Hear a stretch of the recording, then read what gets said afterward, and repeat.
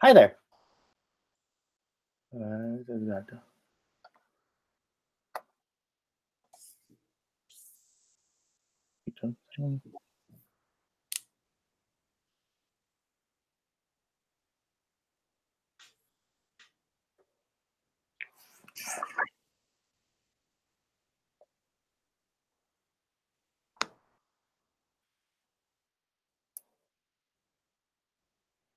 Yes, that's me. I'm here.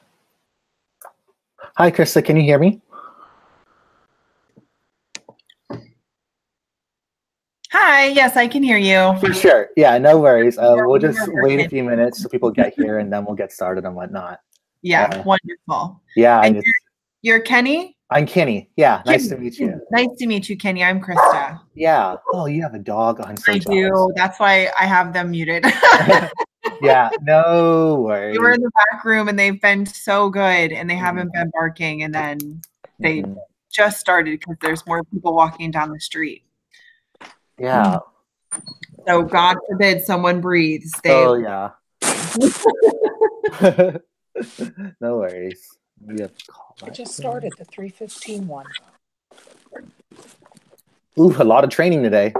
Okay. It is a lot. It is a lot. Yeah. Have you worked with Capital before? I have not. This is my first year with Capital. Oh, for sure. Well, gear up. It will be an experience. I'm really excited. So I have camp experience with I don't know if you're familiar with that program through the American Legion Auxiliary, but it's pretty much the same kind of setup. So it's like a 2-2 camp.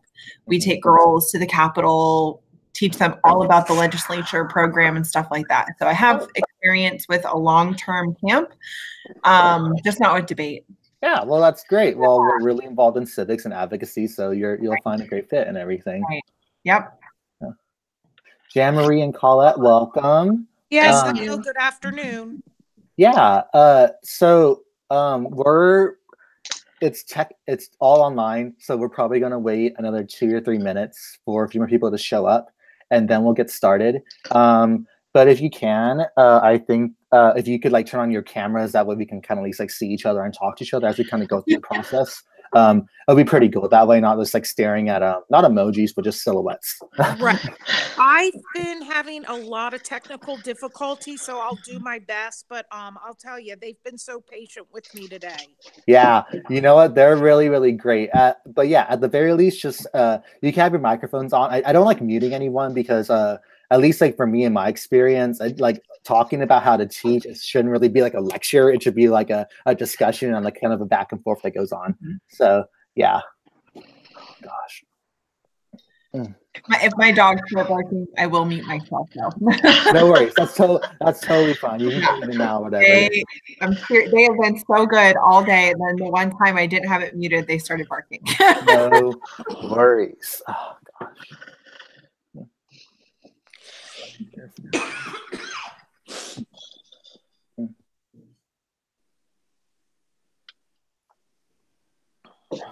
So, Jan Marie, have you worked with Capital before?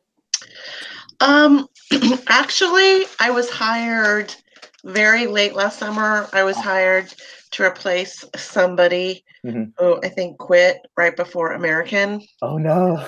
I had a really great experience, even though I didn't really know what I was doing. Yeah. I mean, sometimes we could just fake it till you make it. So there you go. Yeah, they had such a great staff at American, and everybody that's why I wanted to come back. I just love the staff. They were so helpful, and such a great team experience. Nothing like I'd ever experienced before in teaching. So very collaborative. Yeah. Which is nice. Yeah. I felt the same way. I started with Capital. It was actually my 4th summer. Whew. The time goes by really quickly, and I was a little overwhelmed a little bit at the first 2 because Capital has like a very particular model that they like want to teach like argumentation through, and as a result, it makes it kind of nerve-wracking. But I've always found like the staff members are really supportive of each other, and like the lecturers as well, like very knowledgeable and like very approachable if you have like questions and everything. Oh yeah, definitely. So this summer. I'm going back to American, and I added Marymount. So. Wow, is that the one in Chicago? Marymount is in Northern Virginia. Oh, okay. I thought on Loyola Marymount. I was like, we have one in Chicago. Another one? Okay. But for sure, yeah. Okay. Well, cool. Well, you know what? It's it's something. We'll wait 1 more minute, then we'll get started. I promise. Okay, sure. Yeah. Theoretically, no worries. 3 or 4 of them.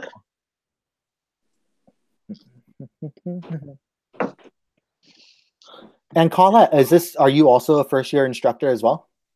This is my first year instructing. I've usually done the RLD position. Oh yeah, welcome. I was an RLD for a little bit of last year as well. It's a lot of fun, but at least you get your nights off now, so that's good. Ooh. Yeah. I'm looking forward to the change. And I'll be at much smaller camps this year, so that's going to be different for me as well. Oh yeah. Smaller camps are really interesting because I on one hand I like them because you get a lot more consistency and congruency because you're teaching the same kids every single day. But at the same time, you have a bigger camp, you work with more students, have more staff members to collaborate and whatnot. So it's a trade-off, but they're both good in different ways. But okay, I guess since Victor's here, it's probably time for me to get started. What do you mean since Victor is here? I'm just hanging out. I just want to make sure you're doing all right. Of course, I'm just teasing. Okay, well, I want to make sure that everything goes along correctly because apparently last time people couldn't see my slides until like halfway through the presentation. So I want to make sure that works. So I'll start with that now. And Okay, I know my face is gone. You have to bear with that, but hopefully you can see my slides now. We can. So Kenny, if you want to make it a little bit better for us to see the slides, if you change the aspect ratio of that screen a little bit, just make it a little bit wider, it will definitely help. Like even if you just shrink it down a little bit, just so it makes it closer to 16:9 as possible. Okay. Yeah. So make it. Let's see. Like a hot dog, not a hamburger. Oh, for sure. Like a hot dog, not a hamburger. That's this way. Yes. Yeah, that's better. Is that good? Yeah, so if you hit that present button, it's going to make it even better for all of us. Okay. Works. Looks pretty clear. Okie dokie. Yeah, can you click the present button, or did you do that already? Oh, on this button. Okay. That one. Yeah. Wow. Yeah, that looks gorgeous. Cool. The only thing is I can't see your faces, so please, like I said, ask questions whenever you all have them, and we'll just kind of get started. Okay. So the purpose of this talk is not really to go over the debate format. Rather, it's kind of a time for us to like discuss and like ask questions about key parts of the curriculum as well as things that you all have, things that work really, really well in my experience, things that may not have worked that well in the past, and kind of learning some hopeful pieces of wisdom from that experience. I think that what we're going to be focused on in particular is that some of you all have worked with camps before Capital, other of you all have not. So we're going to start just kind of discussing what a typical day as an instructor looks like, how rotations and like work out, and then the curriculum as an overview, and then particular lessons specifically. And after that, we'll leave some time for questions and answers at the end. But obviously, please, please, please ask questions as we kind of go through it all. Else this is going to be a pretty long 50-minute lecture. Understanding that, let's just get started. So, okay, here's how you all should think about it. As an instructor, at 8 a.m., you wake up, you get the kids from your lab, and you walk them over to breakfast. And breakfast happens from 8 a.m. to 9 a.m. Then at 9 a.m., we do, the director does a leadership activity from 9 to 9:30. And then afterwards, that's when you all will take over as giving a lecture and instruction. It is during this morning period from the 9:30 to 12 o'clock section that you are going to be alone in your lab working with students. The thing is, though, is that on your first day of lab, your first full day of camp, rather, in the morning, you'll be with your lab that you're with in the afternoon. But after day one, you'll be rotating with other labs and kind of in a chronological order. That way, the purpose of it is that everyone gets a holistic education. Every student hears multiple perspectives so that they can learn a variety of different things. As a result, since you are the only person that's in the lab in the morning, part of it should be a lecture. But one thing I want to emphasize is that, as I'm sure you all know, since a lot of you all have camp experience, lecturing to middle schoolers in the summer is not an effective way to teach. And as a result, what we end up doing is that we have maybe a lecture or discussion for maybe, let's say, half an hour to an hour, and then we'll quickly turn to applying that in different types of exercises. And that's what happens from 9:30 to 12. Does that make sense? Yes, it does. For sure. Well, very good class. Just kidding. Charlton, I do have a question though. How large are our labs? Like how many kids? Victor, can you help me with this? I think it's like 12 students, 12 to 18. I believe Victor signed off. Okay. Yeah, it's about 12 to, I think it's 12 to 18. We keep the ratio 1 to 6, 1 to 8 maximum, like ever. And that's like a very, very big ratio. But we strive for 1 to 6, I believe, is what we want to do. So usually sometimes they switch them after day 1 too. Sometimes students get placed in another lab for whatever reason, a friend, a family member. Yeah. Or they've been to camp before and they shouldn't be in the camp with the beginners. I know I had like the first couple days, there's a little bit of shuffling that goes on. Yeah, there definitely is, because, and I'll be talking about this in a second, the difference between year 1 and year 2 camp can be very minimal. Which means that in the first few days of camp, there will be some shuffling, and that makes some sense. And that happens on a camp-by-camp basis. So what that means is that the director will determine whether or not a student should change from one class to another. But by all means, that doesn't mean that you don't have any power over that. It's like, if you think that a student would be better fit in a different lab because they lack experience, or maybe they have a little bit too much to be in a beginner's lab, then the directors more often than not will honor that decision, because they want to make the camp run as smoothly as possible for you and therefore for the students as well. Okay. Yeah, absolutely.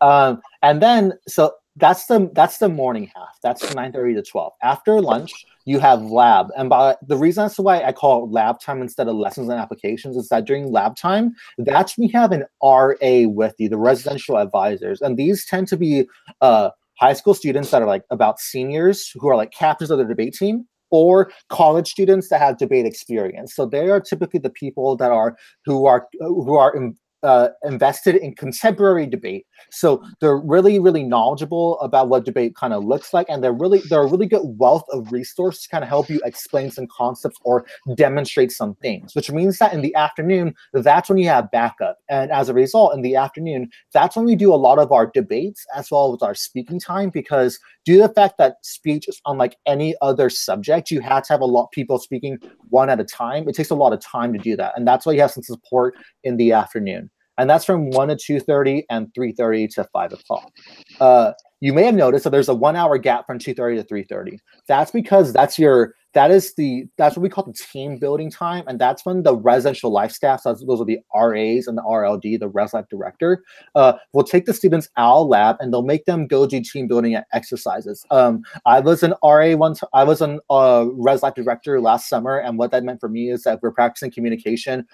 What that meant is that, for instance, maybe we would play capture the flag, or we would play an obstacle course where we blindfold people and they had to communicate to their partners to get them through an obstacle course, for instance.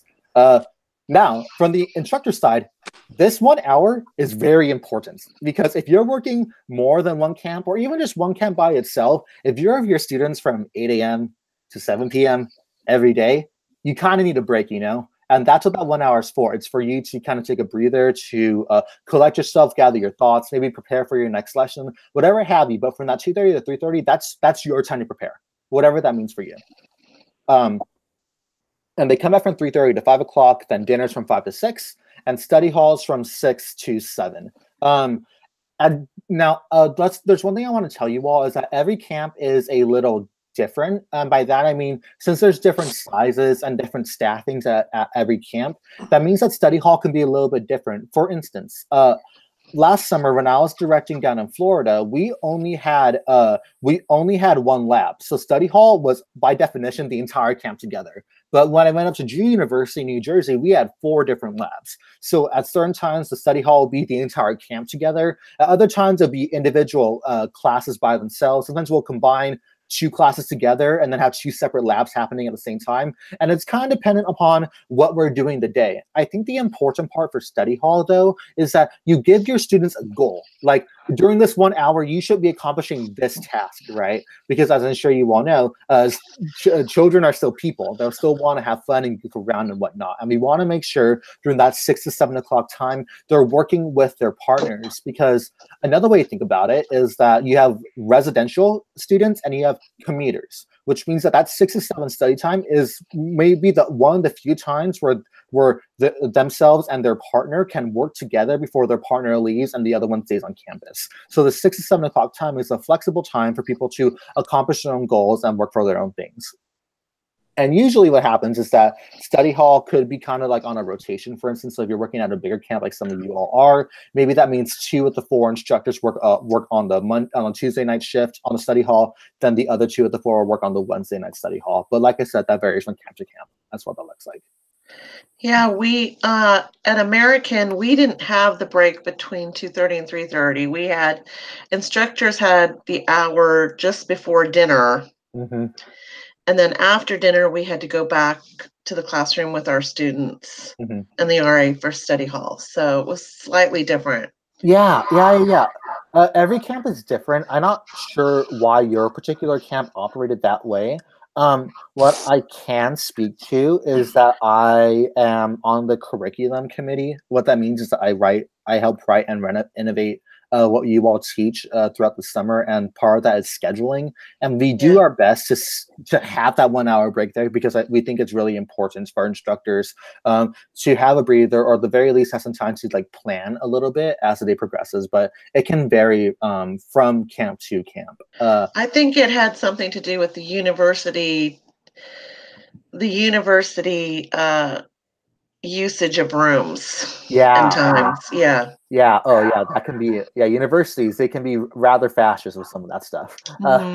But usually though, that hopefully will not be a problem this year. But what I will say in light of that though is that I would wager a bet that if you told any director that like you need a minute or even just 15 minutes to like take a breather, directors are more than capable of like subbing in for your class or supporting you with any particular activity or anything like that. So there is definitely space and some flexibility as long as how we approach the schedule. But as long as we're relatively sticking to it, you should be okay. That's what I would say about that.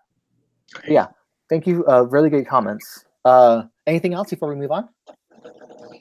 No. Okay, wonderful. So since you all are like beginning instructors, from what I understand, we're mostly going to be talking about year one.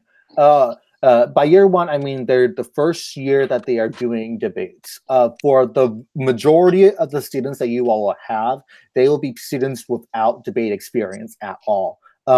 Maybe they did Model UN, maybe they did DECA or Future Business Leaders of America, maybe they did theater, but as far as like competitive organized debate, they usually do not have any experience. Now, as I'm sure you all understand, this makes camp like very scary for some of them in the first day or two, in particular day one, because they don't really know what they're signing up for. And oftentimes you'll hear students saying that their parents want them to go to debate camp, and as a result, they might be really hesitant or dragging their feet as they go through it all. Which is why, as a camp, we really want to get them engaging in public speaking from the very first day.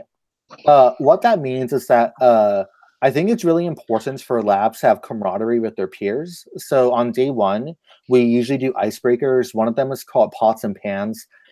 What that activity really is that I write on sticky notes like different pairs, like Batman, Superman, peanut butter and jelly, et cetera, and I shuffle them all up, and then I stick different sticky notes on different students, and then all the students go around asking each other questions about their character, like yes or no, like am I an object, am I alive, am I fictional, et cetera, until you find your other partner. Then when they find their partner, I'll have them interview their partner, asking them like 5 questions, like what's their name, how old they are, where are they from, what are they interested in, et cetera, and then I have them present their partner to the class.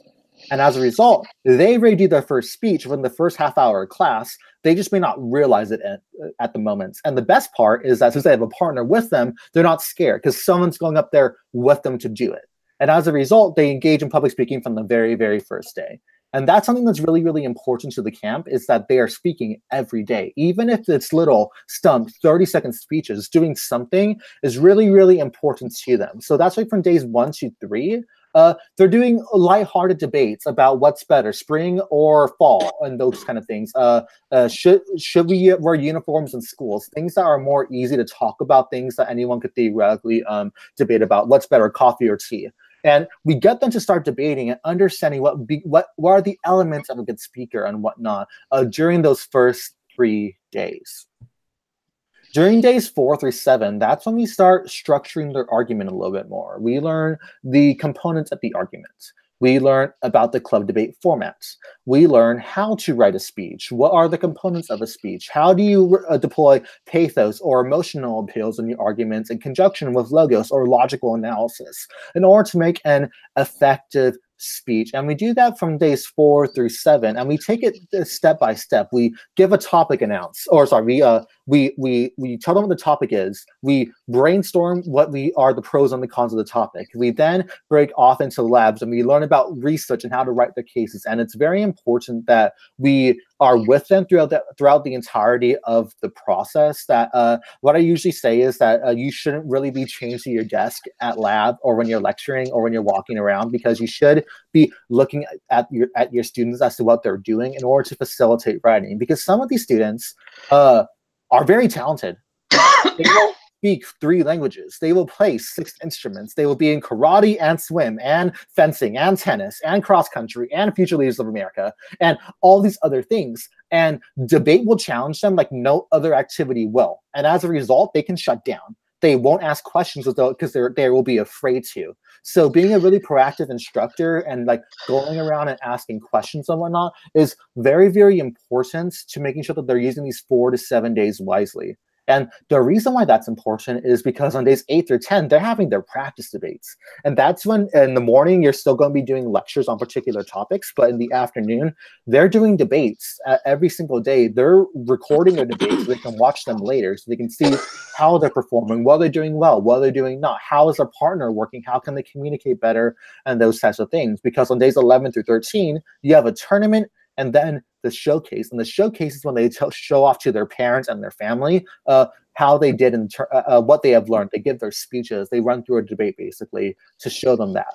And usually what I do in order to make this work effectively is every day I get them the goal for the afternoon. Like by the end of day 2, you all should understand what is the argument model that we are using. On day 3, you should understand what the note taking looks like. And then I get them week-long or 2-week-long goals, like to prepare for the tournament. That way they always have something to work towards. Because I also find that what works best with students is that if you give them if you explain why they are doing what they're doing, they're a lot more likely to comply. Because remember, a lot of these students don't have debate camp experience. Right.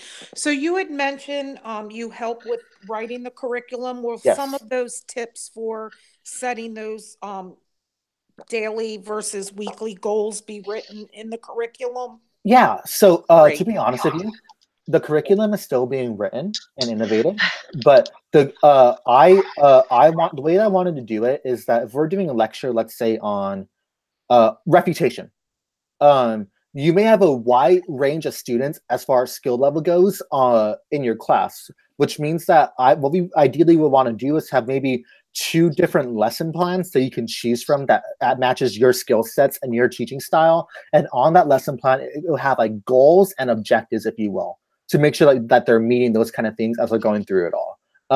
The good news is that the first year curriculum, we've been working on it for the past 4 years, I believe. So we've been modifying it steadily, and we want to make sure that we have clear goals. That way, everyone on the campus is on the same page. Because that's a really good point. Because, like I said, you rotate labs every morning. So if different instructors are not on the same page as to what they can be teaching, it kind of makes it so your afternoon, you have to play catch up instead of working on the next thing, right? Mm-hmm. So that's why we're going to try to make it so everyone's clear as to what they should be teaching and what they should be emphasizing. Right. So I'm going to go there. I might be taking a risk making this comment. However, I'm just stating it based off of experience. I noticed the instructors were, even though the staffs I worked with were very, like, I know why they were hired. I mean, they qualified perfectly, but I felt the instructor component, they were very competitive because they wanted their team or their lab to win. Yeah. And so I get that, but I felt like with the rotation, I don't know. Can you talk a little bit about that? Like, yeah, you know, you're going into another instructor's lab. Are you following kind of what my thinking and what I'm saying? Yeah. So I think that you're really touching on a really good point, and that's competition can be good, but if you breed too much competition, like labs start seeing themselves as enemies, and lab leaders can start getting like territorial on their lab. Yes, that's exactly what I'm saying. So with the rotation, how can we work together and say, this rotation's to benefit everybody. Let's keep, that territorial aspect out of it, so to speak. Yeah. So what I do at my camps is that on the very first day, which is day 0, the day before students arrive, I have a talk with the instructors and I say, listen, you all are teaching everyone here. You may have a lab in the afternoon, but you are a counselor for everybody, which means that there are not really any favorites as far as labs are concerned. And the way that I try to help enforce that is that I really encourage the instructors during lunchtime to talk to each other as to what they did in their lab, or over breakfast, talk about what they're going to be going over, to explain and talk to their labs about what they're doing. Because usually what you'll get access to before camp starts is like a kind of like a demographic, i.e. Who's in the lab, how old they are, how much debate experience they have. But that doesn't really show you a lot about like inter-lab dynamics. So usually the point of the rotation is that we kind of lose ownership over a particular lab, because at the end of the day, you're going to be teaching all of them. You're going to be helping every single student, and labs will even compete against each other at the tournament. So it doesn't really make sense to be very territorial about that. Usually, I'm sorry. Yes, you go. I'm sorry. No, I just wanted to. So this came up when I had my interview again this summer. The same thing that Colette is talking about came up. Because obviously I came in late. I was at a huge disadvantage. You guys had whatever topic it is, it's the same topic for every camp throughout the summer, correct? Yes. So you can see why I would have been at a disadvantage, because I didn't have the research. I hadn't been looking into that topic as well as everyone else. And they assured me that you will be given the topic ahead of time, but you don't want to disclose it to the students until the directors had a chance to announce it and their spiel. But they actually talked about this I was in the adapting the curriculum session, and there really needs to be full case disclosure across the board. No winning by ambush. Everybody has to share their research and their information with one another. And I don't think when you're coming in new, that's not made clear to you. So yeah, that makes a lot of sense. I think that Cloud will help resolve some of that. So usually what I did, because before I would just use Google Drive at my camp, and that's how like we would share things. And usually what I think we're going to be starting to do is having a collaboration section. And I was going to talk about this during the research part of this talk, but I'll just say it now. I think that what we should do is that we're gonna we can post videos of things that I think are relevant to the topic. We can post common articles that people are looking at as they're kind of going through it all. That way, people are on the same page as like, what is the camp really looking at right now? What are like the most common sources that people are looking at in these debates and whatnot? As far as instructor preparation goes, I can really empathize with like being thrown into a debate camp at the last minute. That seems really nerve-wracking and kind of hard, especially since you're teaching kids and you're playing catch-up from day one anyways, you know? And the topic is AI will do more good than harm. Do more good than harm. Yeah. I mean, that's huge Sci-fi. topic, very broad. So oh wait, excuse me. That's the decided topic for this? No, it was last summer. Sorry. I was going to say, when I last spoke, I think it was to Ron. He said it still hadn't even been decided. No, this was last summer. Okay. Yeah. Sorry. Yeah. No, that's a great question. Good catch. No, it is not decided yet. So what does happen is that when the topic does get decided, usually whoever's at Capitol, they'll send out a topic paper, and that basically just says, what's the topic about? What are the key arguments? And they include like a works cited at the end of the essay, which includes like really good sources as well. So even before camp start, if you read through the essay, you should get a pretty good idea about what the topic is going to be about and what you should be able to, and what you can talk about for the topic and everything. And that's just so important going into this is your knowledge and your comfortability with the topic. So and you know what, I think that at a certain point you can be honest with the students. I'm certainly not an expert in engineering and artificial intelligence, but what I do know is that you are also experts in communication and argumentation. Right. So that's where the buy-in of excuse me, please, that's where the buy-in of let's learn this together. Let's read about it together. Let's research this together, but just with my guidance. Exactly. Right. That's exactly how I should put it. You're guiding them to reach their own conclusions. It's not the banking model of education where you lecture, and they just repeat what you say. They have to do their own research. Yeah. Exactly. And that fosters better education as a result. So Kenny, if I'm getting this right, because this is my first year being part of this. So the tournament is amongst labs, and then the showcase is when the parents get to come and see. It depends. It depends on the size of your camp. Okay. If you have, let's say, like for instance, when I was at University of Central Florida, we only had one lab, so it was an intro lab tournament because by definition that was all my students, right? Okay. But at Drew University, we had 4 labs, and so what we did is we had like an experience lab and we had a beginner lab. So if you were your second year at camp, we put you in a different bracket basically. That way you'll be going up against students that were the same. So that's usually how we split it up, is by tournaments. If it's really big, if it's big enough, we try to separate it by skill level. If it's small, it would just be everyone competing against each other. And how is there a way that I can see that now? Like what kind of camp? I mean, I know which 3 camps that I'm at this summer. Is it online? So I'm pretty sure that will also be on Clouds. I think. Yeah, if I'm not mistaken, that will be released on the Cloud. On Monday. Okay. Yeah.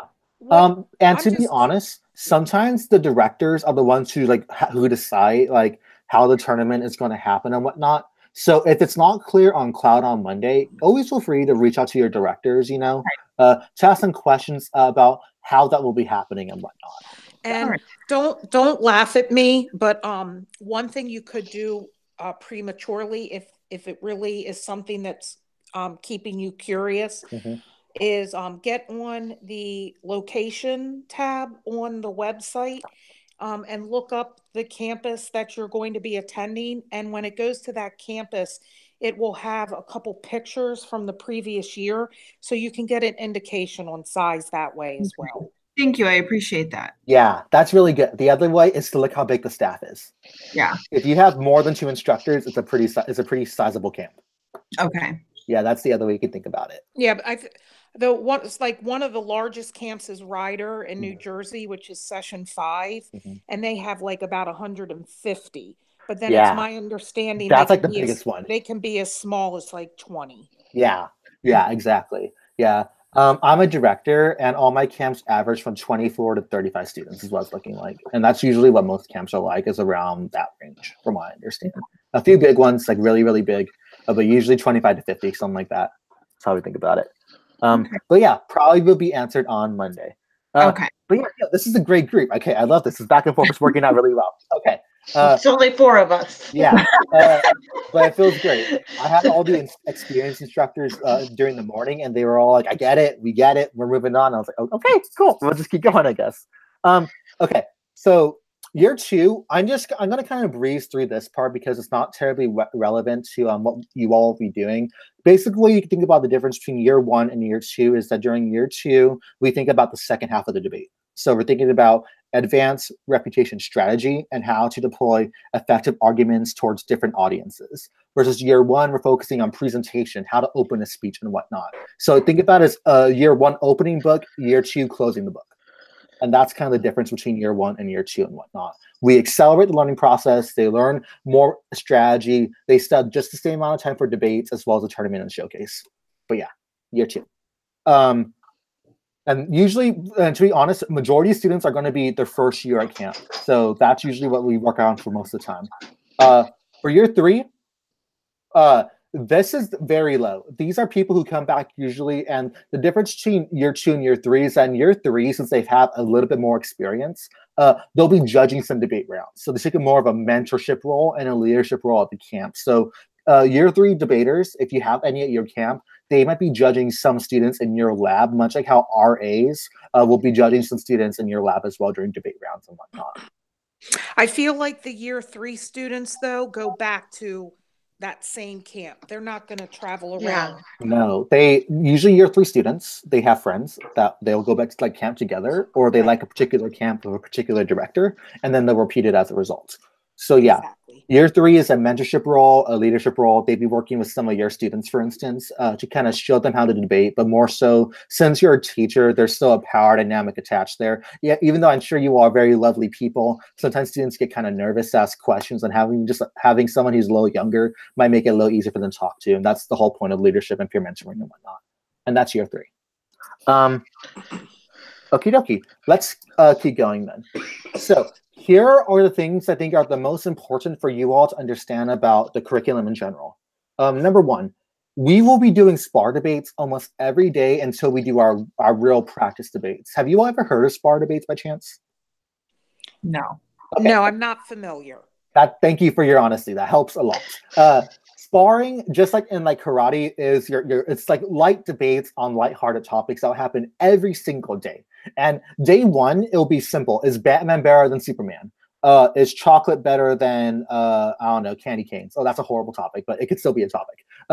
And they would debate those. And the point of these SPAR debates is to get them just used to arguing, basically. But after day one, we start modifying them a little bit. If on day two we talk about refutation, what we'll do then during the SPAR debate is that maybe we'll have one person in the class give an opening speech, and then we'll have everyone take notes on it, and then we'll pause the timer for 10 minutes, and everyone will just practice refuting that one speech. And then everyone will get up and try that refutation.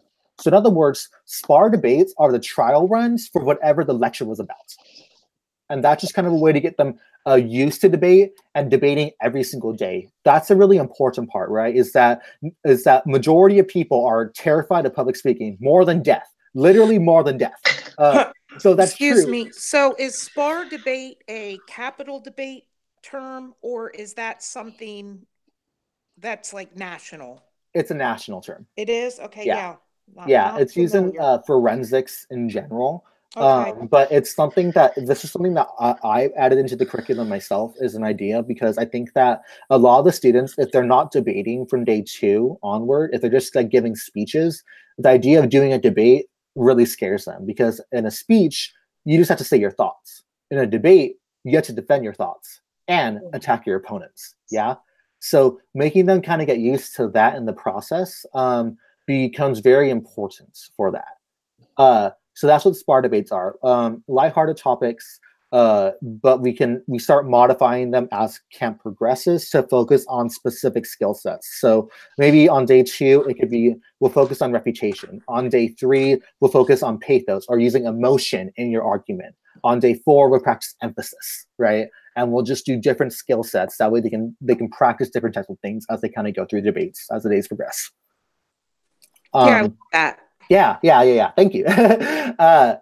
Second thing, your lessons, they should be we'll give you a curriculum, and you should stick to that curriculum, like absolutely. But at the same time, don't be afraid to be a little flexible. You all have different teaching styles, and that's great, because that means that you all have different ways to communicate to your students.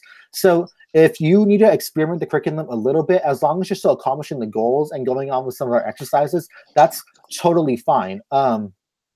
I think one of the easiest way to think about that is sometimes students who are in high school, they want more complicated topics to debate than like cake or pie, right? Maybe they want to talk about whether or not teenagers should get the right to vote.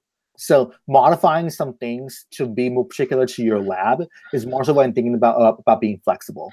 But like I said, the good news is that year one curriculum is what Capital specializes in, so the curriculum is really solid. So you shouldn't need to do that much modification. But like I said, you're in the classroom. It's all you.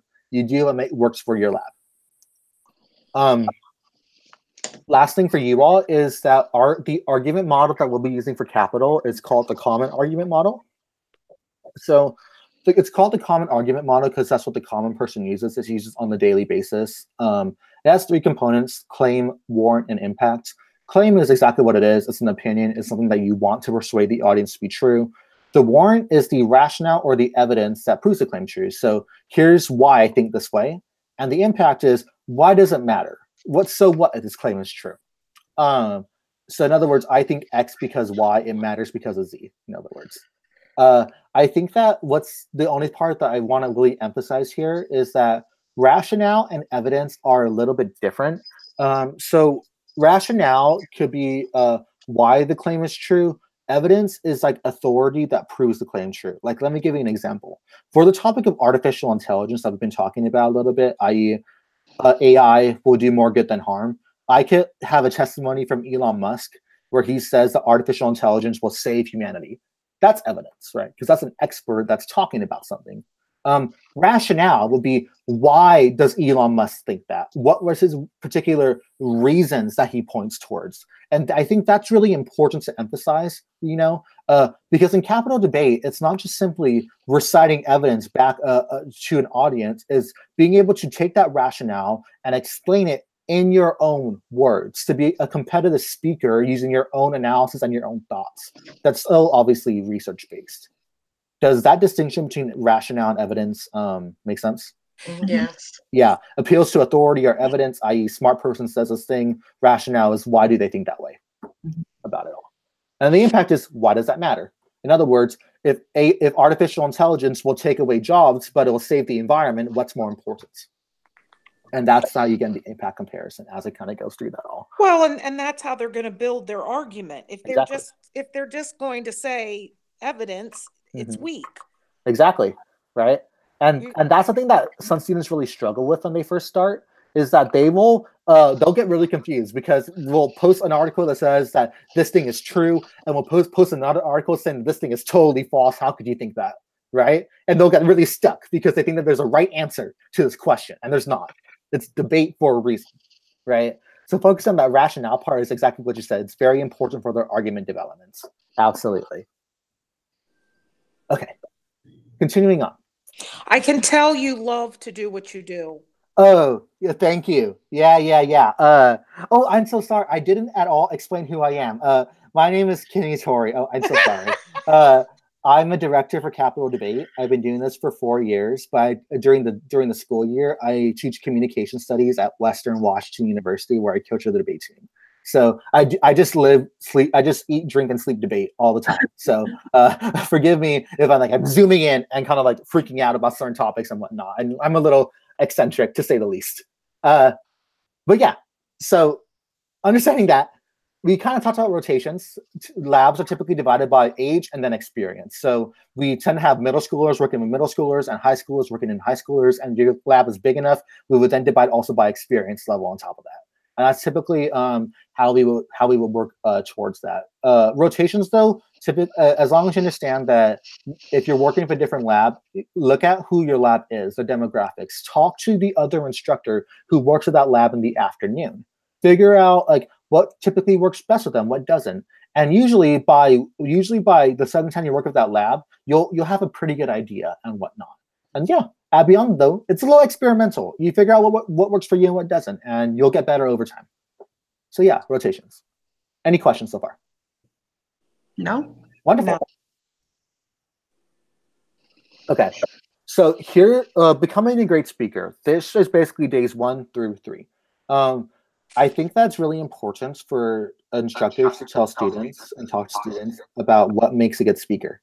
Eye contact, inflation, emphasis, body language, those types of things. Making sure that students speak up every day and have them give critiques of speeches. The URL that I include here is a YouTube clip of this international Armani model named Pietro Bazzelli, who is also has a PhD in engineering, who's giving a TED Talk, and he's phenomenally bad. He's so bad.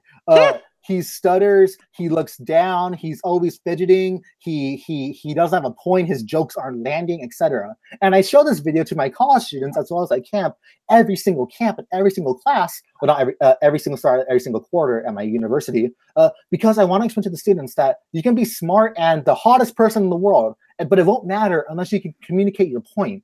And having them look at someone give a speech and point out the flaws is also a really good way for them to understand these are the things that you shouldn't do in a speech, basically, and have to be kind of an icebreaker, if you will. I also think it's helpful for students to also tell other students when they watch speeches what they did well. I don't usually allow them to give constructive feedback because sometimes 6th grade boys don't have the most tact. They say things like "this is stupid" or "this argument was dumb," right? And that doesn't usually help out as far as constructive feedback goes towards people in general. But sometimes people lose that fact, and as a result, usually I limit constructive feedback to the instructor giving that instead. But if there's any positive feedback, by all means, have the peers kind of chime in because it also builds more camaraderie amongst the class as well. So yeah. Becoming a great speaker, going over the key details, looking at bad speeches, having them critique it, commenting to their peers positively about what they did well and whatnot. Yes. I think that, so we're almost out of time. So I'm going to just talk about actually, we already talked about argument a little bit. I think that actually will be a little bit easier to kind of talk about. That's more important is two things. The first should be research. It's really important that during days 3 through 7, when they're preparing for the debate, when they're researching, I think that if you sit anywhere, you should sit in the back of the class. Because of beginning debaters, they will be quickly overwhelmed with research, and as a result, they'll be very quick to switch to games or playing on their phones or something like that. So staying in the back of the class where you can see their screens is really, really important. Understanding that, though, when we talk about research, understanding that that when you do research, it should not just be simply reading an article and repeating the article. It should be understanding it, which is to say that they can explain it in their own words. They should also understand that some sources are better than others. Hearing what Joe Blow has to say in his basement in Montana about why AI is going to kill us all is probably not as good as the Harvard's College of Economics explaining why AI might hurt the economy. So, but understand that difference, though, is really, really important for their students, because some students think that what they recently online, it can be true. But one thing that you all probably understand in the rise of alternative facts is that there's this thing called bias.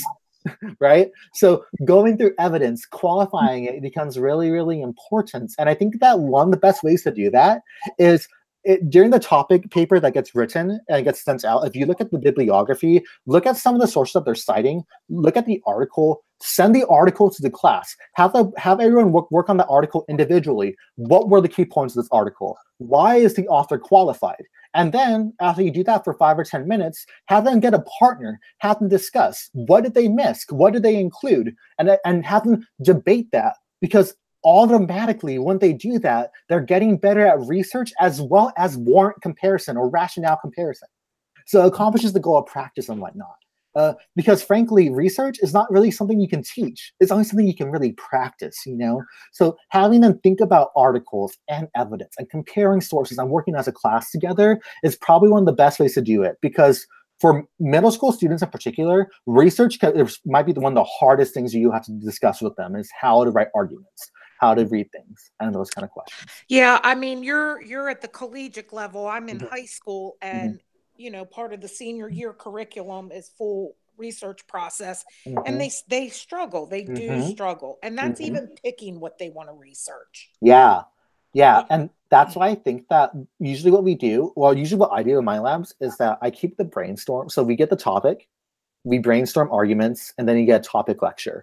What I usually do is I keep the brainstorming part, and I divide, if it's a beginning lab, I divide arguments to certain people, right? Or I had them elect towards what they want to research, because once they elect towards what they want to research, they're a lot more eager to do it. And then when they work with a partner or 3 or 4 people and they're looking for an argument, it becomes a little bit easier for them to do it, at least at the start. And for the beginning labs, if they're even conducting research and just talking about arguments, that's a success in my book, because for a lot of them, it's maybe the first time that they're conducting basically a research paper or a research case. Well, and I think a lot of it too is how do you prioritize? It doesn't mean the first site you found is the one you're going to go with. It's kind of that I'll take the easy way out and just use this because I found it. Yeah, absolutely. And that's why I think when you first start, if you start off with everyone looking at the same article and have them compare how they took notes on the article and why I think the article is good or bad, and having them do that clash, that starts making all the students aware of, wow, there's so many different ways that you can look at a single piece of evidence, and there's so many different ways that you can think this evidence is good or bad. And putting that even in their head is a really important understanding just when they start their own cursory researching themselves with their papers and everything. Good. I know you said that we'll be running out of time, and we keep saying the cloud's coming, but would you be able to forward your slideshow to the 3 of us by chance? Oh, the getting the most out of the curriculum? This one? Yes, please. You know what? I think that this will all be available for you all, but I will take a note down here, and I will do that for you all. Absolutely. Because, oh yeah, we're already almost out of time. Okay. There's only one other thing I want to talk to you all about before I let you all go then. And that's this part. Use your RAs. Please, please, please use them. A lot of instructors that begin are teachers. so they're usually not used to having other help in the classroom because America's education system is not the most well-funded. But regardless, I think that what I mean by this is that when you get that college student working with you in the afternoon, what ends up happening sometimes is that there's a lecture that will happen in the afternoon or discussion, and the RA will sit in the back of the room and they'll just be on their computer. And that's a waste of hours, you know, like use them to their best of the ability. So usually what I would do is that over lunch, there's going to be an RA rotation. So you're going to know who your RA is going to be if you just touch base with them, even just for 5 minutes, saying, hey, in the afternoon, we're going to talk about reputation. Could you make sure that they're doing this thing or the other thing as you're kind of going through it all? That's really, really good. The purpose of an RA is to maximize face-to-face contact with the students and individualize the education process. So using their expertise and making them have a mentorship role can be really, really important in terms of making sure that the students get the most out of this camp. That being stated, whenever they judge debate rounds and whatnot, it's important that they should be writing on these feedback forms on the Google Docs that you will also have access to. It may be in your best interest to remind the RAs to fill out these feedback forms after these debates, because at the end of camp, you have to write evaluations of these students. And if you only see each student debate 3 times, that's not that much to go off of. So, I mean, I recommend you just kind of take notes of what your students do well and not throughout camp in general. But when RAs are judging students to doing speeches or debates, making sure that they're filling out that feedback form or whatnot, gentle reminders and whatnot can really make your job a lot easier as far as making course evaluations of the student at the end. Okay, that was a lot of stuff, and that was 50 minutes. And you did great. Thank you. Are there any questions that you will have? I might get back in touch with you after I review your slideshow, but yeah, I agree. You did a fabulous job. Oh, thank you. Yeah, I know it's a lot of stuff. The last thing I'm going to say for you all is that a lot of you all have camp experience at Capital one form or the other. Some of you all have experience at camps in general. Regardless of your experience level, camp is long. It's 2 weeks, 8 a.m. to 7 p.m. every single day. Some of you all would be doing multiple camps. As I'm sure you all know in your wisdom, the attitude that you will have at your camps in the morning directly affects how well the students respond to you and your ability to enjoy camp. So what that means is that as long as you all at least approach camp with a positive attitude, usually that will make a positive camp experience happen for you as well. And finally, take breaks. Please, please, please use that 1 hour break when you have it to take some time to read a book or to watch a TV show. I do yoga is what I do in that 1 hour break because I need some time of silence. But that's really important because you're with those students all the time and they really look up to you. And the impact that your words have on them is so profound. So we want to make sure we put our best foot forward and we do this entire process. Thank you for that. I appreciate that. Yeah, of course. But yeah, my name is Kenny Torrey. If you have any questions at all, I think that my contact information is on the site for capital.com in general. But please reach out. Can you spell your last name, please? Yeah, Torre. Actually, if you want to email me, my email is J as in John Torrey, so JTORRE @capitaldebate.com. Great. Thank you. Yeah, of course. Okay, I'm going to let you all go because these training sessions are pretty long. I'll see you all later, though. Good luck. Thank you. Bye. Bye-bye.